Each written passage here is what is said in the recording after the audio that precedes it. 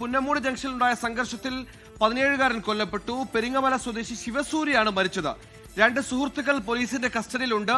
ലഹരിപ്പുറത്തുണ്ടായ സംഘർഷമാണെന്നാണ് പോലീസിന്റെ നിഗമനം. മേഘ്ന മുരളി തിരുവനന്തപുരത്ത് നിന്ന് സംഭവ സ്ഥലത്താണെന്ന് മനസ്സിലാക്കുന്നു. മേഘ്ന, എന്താണ് പ്രദേശത്ത് നമുക്ക് മനസ്സിലാക്കാൻ കഴിയുന്ന കാര്യം?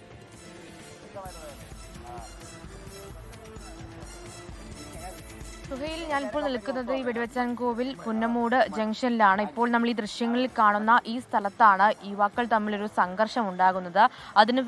ഈ സംഘർഷത്തിന് പിന്നാലെയാണ് ഈ മരിച്ച ശിവസൂര്യ ഈ കാണുന്ന കടയുടെ ഗ്ലാസിന് മുകളിലേക്ക് വീണത് എന്നുള്ളതാണ് മനസ്സിലാക്കാൻ കഴിയുന്നത്. അങ്ങനെ ഈ കടയുടെ ഗ്ലാസ് ചില്ലുകൾ പൊട്ടുന്നു. ശേഷം ഈ ചില്ലുകൾ ദേഹത്ത് തുളച്ചു കയറിയാണ് മരണം സംഭവിച്ചിരിക്കുന്നത് എന്നുള്ള കാര്യമാണ് ഇപ്പോൾ ഇവിടെ നിന്ന് മനസ്സിലാക്കാൻ കഴിയുന്നത്. അങ്ങനെയാണ് പോലീസ് പറയുന്നത്. ഇപ്പോൾ മരിച്ച ശിവസൂര്യക്ക് 17 വയസ്സ് മാത്രമാണ് പ്രായം എന്നുള്ള കാര്യം കൂടി അറിയുന്നുണ്ട്. പക്ഷേ ഇവിടുത്തെ പ്രദേശവാസികൾക്ക് ഇത് ആരാണ് മരിച്ചത് എന്നുള്ള കാര്യത്തിൽ വലിയ വ്യക്തതയില്ല. അത് ഇവരാരാണ് എന്ന് മനസ്സിലായിട്ടില്ല എന്നുള്ള കാര്യമാണ് പ്രദേശവാസികൾ ഇവിടെ നിന്ന് പറയുകയും ചെയ്യുന്നത്. എന്തായാലും അതിൽ പോലീസിന്റെ ഒരു പ്രാഥമിക ഘട്ടത്തിലുള്ള വിലയിരുത്തൽ 3 പേരും തമ്മിലൊരു സംഘർഷമുണ്ടാകുന്നു. ആ സംഘർഷത്തിൽ ഈ കടയുടെ മുന്നിൽ വെച്ചാണ് ഈ ഉന്തും തള്ളും വാക്കേറ്റവും ഉണ്ടാകുന്നത്. അതിനുശേഷം ഈ മരിച്ച ശിവസൂര്യ ഈ കടയുടെ ഗ്ലാസിന് മുകളിലേക്ക് വീണു എന്നുള്ളതാണ്. അങ്ങനെയാണ് മരണം സംഭവിക്കുകയും ചെയ്യുന്നത്. ആ ഗ്ലാസിന്റെ ചില്ലുകളടക്കം പൊട്ടിയിരിക്കുന്നത് നമുക്ക് ദൃശ്യങ്ങൾ കാണുകയും ഇവിടുത്തെ പ്രദേശവാസികളടക്കം ഇവിടേക്ക് കൂടിയിട്ടുണ്ടെങ്കിൽ അവർക്ക് ധാരാണ് മരിച്ചത് എന്നടക്കമുള്ള കാര്യങ്ങളിൽ ഒരു വ്യക്തത വരാനുണ്ട് എന്നുള്ളതാണ് ഈ പ്രതികരണം ചോദിക്കുമ്പോഴടക്കം അവർ പറയുകയും ചെയ്യുന്നു. ചെറിയൊരു ജംഗ്ഷനാണെന്ന് തോന്നുന്നു. അപ്പോൾ ഈ സംഘർഷം ഉണ്ടാകുന്നൊക്കെ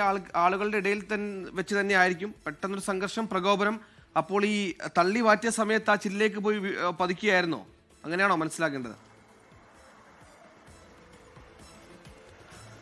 സുഹൈൽ, അങ്ങനെയാണ് മനസ്സിലാക്കേണ്ടത്. ഈ 3 സുഹൃത്തുക്കളും ബൈക്കിലാണ് ഇവിടേക്ക് എത്തിയത്. അതിനുശേഷം ഇവിടെ നിന്ന് നിർത്തി ഇവിടുന്ന് ഒരു വാക്കേറ്റം ഉണ്ടാകുന്നു. അങ്ങനെ 3 പേരും ഉണ്ടായുള്ള സംഘർഷം ഉന്തും തള്ളും. അതിൽ ഒരാൾ ഈ ഗ്ലാസിന് മുകളിലേക്ക് വീഴുകയായിരുന്നു എന്നുള്ളതാണ്. അതിൽ ലഹരി ഉപയോഗിച്ചിട്ടുണ്ടോ എന്നടക്കമുള്ള കാര്യങ്ങൾ അത് പരിശോധനയിൽ കണ്ടെത്തേണ്ടതുണ്ട്. പോലീസ് അങ്ങനെ സംശയിക്കുകയും ചെയ്യുന്നുണ്ട്. കൂടാതെ ഇതിന് ഈ കടയുടെ തൊട്ടിപ്പുറത്തായി ഒരു വർക്ക്ഷോപ്പ് ഉണ്ട്. ഈ വർക്ക്ഷോപ്പിലെ ജീവനക്കാർ മാത്രമാണ് ഈ ഒരു പ്രശ്നത്തിന്, ഈ ഒരു സംഘർഷത്തിന് ദൃക്സാക്ഷികളായിട്ടുള്ളത് എന്നുള്ളതാണ് ഇവിടെ നിന്ന് നാട്ടുകാർ പറയുന്നത്. ഇപ്പോൾ കൂടിയിരിക്കുന്ന നാട്ടുകാരൊന്നും ഈ സംഭവ സമയത്ത് ഇവിടെ ഉണ്ടായിരുന്നില്ല. അതൊരു ചെറിയ സ്ഥലമാണ്, ഒരു ചെറിയ ജംഗ്ഷനാണ്.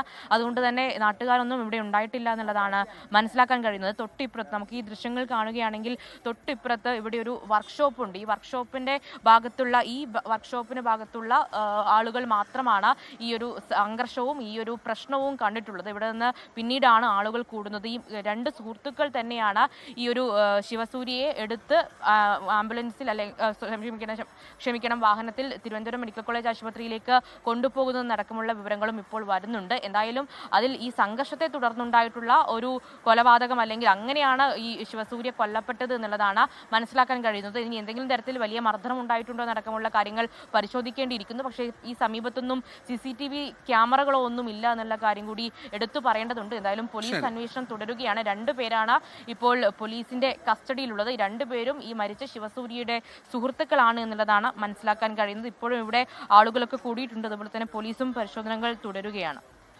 മൂവരും സുഹൃത്തുക്കളായിരുന്നു. എന്തോ ഒരു പ്രശ്നം മൂവരും തമ്മിൽ ഉണ്ടായിരുന്നു. ഈ പ്രശ്നം പെട്ടെന്ന് പ്രകോപനത്തിലേക്ക് വഴിവെച്ചു. അവിടെ നിന്നൊരു ചെറിയ സംഘർഷമുണ്ട്. ആ സംഘർഷത്തിനിടയിലുള്ള മൽപിടുത്തത്തിൽ ആ കടയുടെ ഗ്ലാസിലേക്ക് വീണാണ് ഇത്തരത്തിലൊരു മരണം, കൊലപാതകം ഉണ്ടായിരിക്കുന്നതാണ് പ്രാഥമികമായി മനസ്സിലാക്കാൻ കഴിയുന്നത്.